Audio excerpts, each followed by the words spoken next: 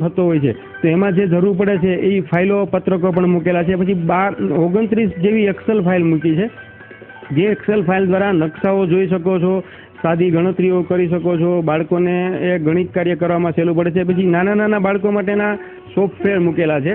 જે પ્રાથમિક શાળાના બાળકો છે તો એને 100 એકડા શીખવા હોય અને સરવાળા શીખવા હોય તો એ સરવાળા સરળ રીતે શીખી શકાય એવા વેબસાઇટોમાં મૂકેલા સોફ્ટવેરોને એકઠા કર્યા છે. બીજું, બાળકોને પ્રેરણા આપે એવા ગૂગલની અંદર ગૂગલ જે આપણી એન્ડ્રોઈડ મોબાઈલની પ્લે સ્ટોર છે એ પ્લે સ્ટોરમાં એટલી સરસ મજાની વેબસાઇટો અને નાની નાની એપ્લિકેશનો આપી છે. એ એપ્લિકેશનનું કલેક્શન અહીંયા કર્યું જે મૂલ્ય શિક્ષણમાં બાળ વાર્તાઓથી લઈ અને નાના નાના ગણિતના પ્રશ્નો, આ બધી સાયન્સની વાતો છે એ પણ એના સોફ્ટવેર અહીંયા કલેક્શન કરીને મૂકેલું છે. મેં બનાવેલું નથી પણ એ બધું બહાર છે તો એ બાળકોને વધુ વધુ ઉપયોગ થઈ શકે એવું ત્યાં મૂકેલું છે. ઉપરાંત ખાસ કરીને બાળકોની બાળ વાર્તાઓ છે જે મૂલ્ય શિક્ષણ આપવા માટે બાળ વાર્તાઓ ખૂબ ઉપયોગી થાય તો એનું એક આપણી સરકારની જ વેબસાઇટ છે અને બીજી ક્યાંયથી બનેલી બાળ વાર્તા હોય અને હાથે લખેલી હોય તો એ બાળ વાર્તાનું કલેક્શન પણ ત્યાં મૂકેલું છે. અને ઓરોગામી દ્વારા શિક્ષણ કેમ મળે તો ઓરોગામી એટલે કાગળની અંદરથી રમતા રમતા બાળક છે ને એ ગણિત કાર્ય અને એકદમ એકાગ્ર થઈ શકે તો એ ઓરોગામી પણ ત્યાં મૂકવામાં આવ્યું છે કે પોતે કાગળથી નવા ત્રિકોણો બનાવી શકે, મેથેમેટિક્સનું નાના ચકલા બનાવી શકે. એટલે એની ક્રિએટિવિટી છે, સર્જનાત્મકતા છે, એ સર્જનાત્મકતાની અંદરથી બાળક છે એ કરી શકે અને શિક્ષકોને પણ એ ઉપયોગી થાય, ક્લાસ કાર્ય કરવામાં પણ એને ખૂબ ઉપયોગી થાય. આવી વાતો પણ અહીં મૂકી છે. 1 થી 8 ધોરણમાં એક મિત્રે પોયમનું કલેક્શન કરેલું છે તો આ પોયમનું કલેક્શન ટોટલ પોયમ એને મળી રહે જે ગાઈ શકે. એટલે આજે ખાસ કરીને પોયમ વાંચી નાખવાથી બાળકને નથી આવડતી પણ એ ગાયેલી હોય તો એવી ગાયેલી પોયમો ત્યાં પણ મૂકવામાં આવી છે જે સરળ રીતે શિક્ષણ કાર્યમાં શિક્ષકને પણ ક્લાસમાં કાર્ય કરવામાં ખૂબ ઉપયોગી થાય છે. એટલે આવું એક પ્રાથમિક લેવલે આ કામ કરેલું છે. એ ઉપરાંત માધ્યમિક લેવલે પણ તમે જોઈ શકો છો જેમાં પરિપત્રોથી લઈને ધોરણ 9, 10 અને ગણિતની અંદર વૈદિક ગણિત કેવી રીતે કામ કરે છે તો વૈદિક ગણિત પણ આમાં મૂકેલું છે. ઉપરાંત 10 ધોરણ અને 12 ધોરણ પછી એનો અભ્યાસ કરવો હોય તો એ પણ થઈ શકે છે અને એની પીપીટી બનાવેલી છે, ક્વિઝો, જે મારા બાળકોએ મને ખૂબ એમાં મદદ કરી છે. અને ગણિત સરળતાથી કેમ શીખી શકાય તો એની જે વેબસાઇટો છે એનું કલેક્શન પણ ત્યાં આપેલું છે. સાયન્સની અંદર એનિમેશન જે વિડીયો બને છે એની એક વેબસાઇટ છે, એનું કલેક્શન ત્યાં આપ્યું છે. એ ઉપરાંત વિજ્ઞાન મેળાની અંદર ખાસ કરીને બાળકોને સર્જનાત્મકતાનો ખ્યાલ ઊભો કરવા માટે એને શું આપવું તો એ પ્રશ્નો થતા હોય તો એમાં જે વિજ્ઞાન મેળાની અંદર નાના નાના પ્રોજેક્ટ વર્ક કરવાના હોય કે નાના પ્રયોગો કરવાના હોય તો એનું ગાઈડલાઈન મળી રહે અને એના નાના નાના 5-5 મિનિટના નાના પ્રયોગો બધા છે એ લગભગ 300 થી 400 જેટલા મૂકેલા છે જે ડાઉનલોડ કરી અને બાળકોને બતાવીને એની અંદર એક ક્રિએટિવિટી નિર્માણ કરી શકે. આવું એમાં ધોરણ પ્રાથમિકથી લઈ અને 12 ધોરણ સુધી મૂકેલું છે. ખૂબ સુંદર ચર્ચાનો દોરમાં આગળ વધીએ ત્યારે સાહેબે આપણને વાત કરી કે ભાઈ પ્રાઇમરી લેવલના વિદ્યાર્થીઓની સાથે સાથે માધ્યમિકના વિદ્યાર્થીઓ માટે પણ સુંદર મજાની આમની અંદર શિક્ષણના પ્રેરણા પુષ્પો જે વેબસાઇટ છે એમાં મૂકેલું છે. મિત્રો, ઘણી વખત એવી વસ્તુ બનતી હોય છે કે આપણી પાસે નોલેજ ન હોય ત્યારે આપણે શું કરતા હોઈએ છીએ કે આપણે એ વસ્તુને છોડી દઈએ છીએ.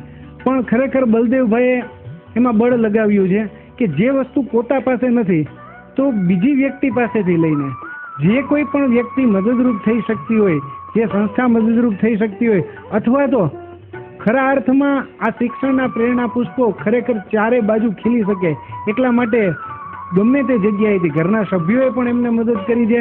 સાથે સાથે એ અત્યારે વાત કરે છે ત્યારે સહજતાથી કહે છે કે અમુક વસ્તુ જેનું સંકલન પણ મેં કર્યું છે અને આ વેબસાઇટ જે છે એ આખી ડેવલપ કરી છે. મિત્રો, આ ઉપરાંત એમને હજી બીજી પણ આ વેબસાઇટની અંદર ઘણી બધી વસ્તુઓ ખરેખર શિક્ષણને લગતી મૂકી છે.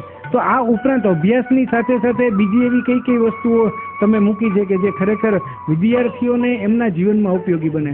માની લ્યો કે માત્ર ને માત્ર એવું નથી કે ભાઈ અભ્યાસની વસ્તુઓ જે છે એમનાથી જ વ્યક્તિ આગળ વધી શકે, પણ સાથે એવી માણસના જીવન ચરિત્ર, એમના કેરેક્ટર જે છે એ સારું બને, એક માણસ બને, એમના માટેની કઈ પ્રવૃત્તિમાં તમે આગળ વધ્યા છો?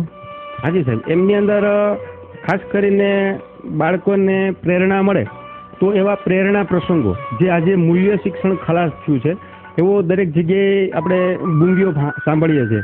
તો આ મૂલ્ય શિક્ષણ છે એ ઊભું કરવા માટે બાળકને પ્રેરણાદાયી પ્રસંગો, ખાસ તો એની પ્રાર્થના સભા છે એ શિક્ષણની અંદર બહુ મહત્વનો ભાગ ભજવતું હોય છે.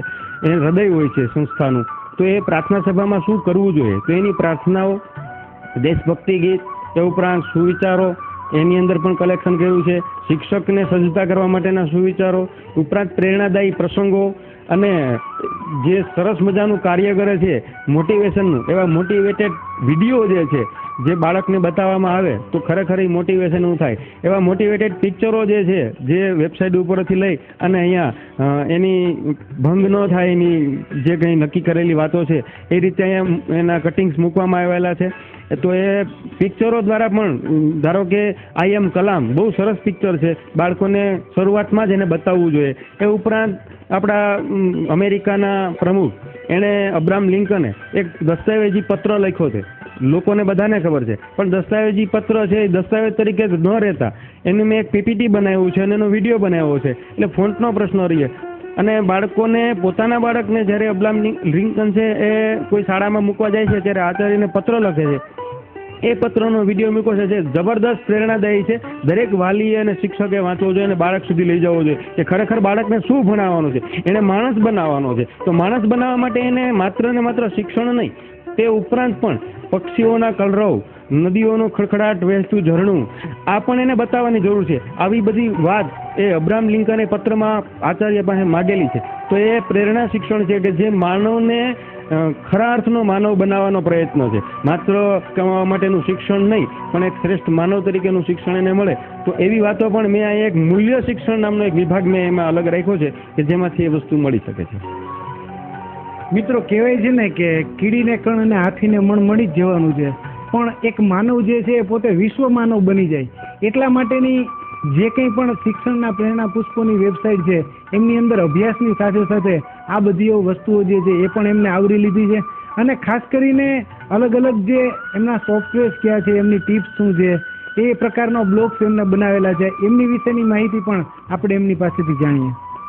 ધારો કે ઘણી વખતે નવું નવું જેને મારી જેમ શીખવું છે તો એને ખ્યાલ ન હોય તો એ વેબસાઇટ ઉપરથી સોફ્ટવેરની જરૂર હોય તો એ સીધા ઝડપથી એને મળી રહે.